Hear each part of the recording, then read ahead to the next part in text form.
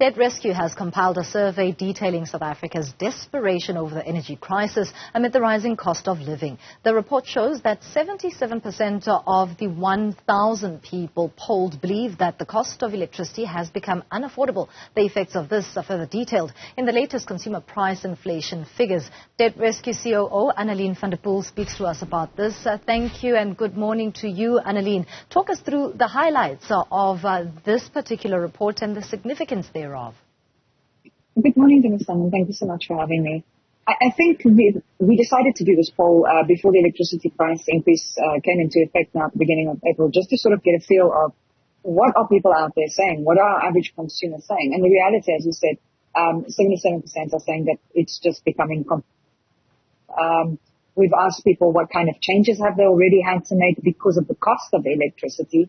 And obviously we've seen things like the cheaper solutions, like, for example, moving to energy efficient bulbs or, moving over to gas stoves, whether they be the big industrial, normal kitchen ones or whether it's been the little camp ones just to see you through the emergencies. But the reality is consumers are being placed in a very, very dire situation because we know that, over and above just the electricity price hike, we know that inflation is still well outside of the band that the Reserve Bank wants.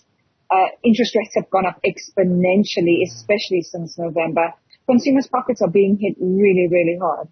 And of course, finding alternatives in the midst of load shedding is costly to the consumer too. Let's talk about that element. What are South Africans saying, especially because the price of electricity fees in terms of tariffs continues to go up, even with the scarcity of power?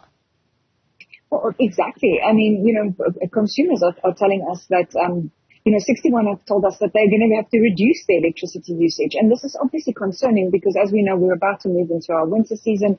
People tend to use more electricity during this time, keeping, their homes warm, more electricity potentially being used by your geyser, etc. So it's going to take some serious lifestyle changes for them to try and manage their budgets by reducing their electricity. 24% have told us that they will look at using alternative power sources, but as we know, you can use some for, generating basic electricity, maybe keeping the television on. That is a bit more cost effective.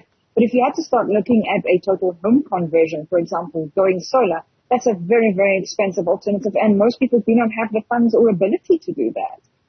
And that makes managing a budget quite difficult. At times, you find that with load shedding, you may have prepared a meal. However, it is a cold one, and therefore you would need to go out to get maybe takeaways just to bridge and mitigate that gap of a family needing to be fed. With food inflation still going up and, further exacerbating the rising cost of living and the impact that has on the consumer, what is the report telling us about the near-term outlook as well as sentiment? Well, the sentiment is very negative. I mean, we know if we look at global, we take a lot of our lead from the United States and from the UK, looking at what they are saying. And the news from there is still not looking very good. I mean, they're increasing their interest rates still, and we tend to follow suit because obviously we've got to manage our own economy in line with that and making sure that South Africa's investments doesn't get affected by it. So for as long as this is a global problem, it's going to be a problem. But of course, South Africa has one additional factor, which, is really placing a massive burden on the country and on consumers, and that's load shedding. As we know, February was a very difficult month for us. March looked a little bit better. April has been very up and down. Currently, I have load shedding right where I am. Oh. So it's placed another burden on consumers, as you say, if you've got load shedding over and above the cost of electricity. 93% of consumers in a poll we took for 2022 late 2022 told us that they had to throw away foodstuffs because it's rotting in their fridges because they don't have electricity. So it's really placing a massive burden, not just on consumers but on our country's economy as well.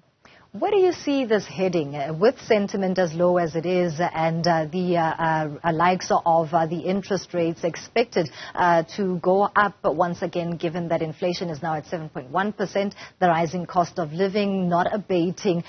To what end are South Africans meant to hold tight and hang 10?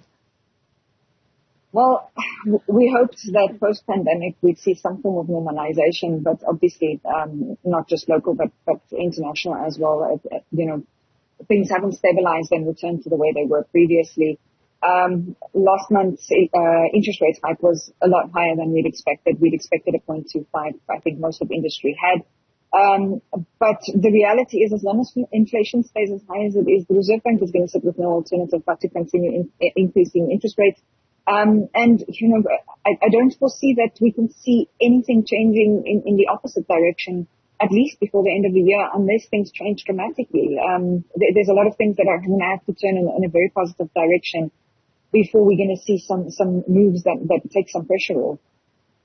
What is also a big concern is the likelihood of a technical recession, and salaries are not going up. And we know that many South Africans find themselves in what is called a debt trap. How do you advise those individuals?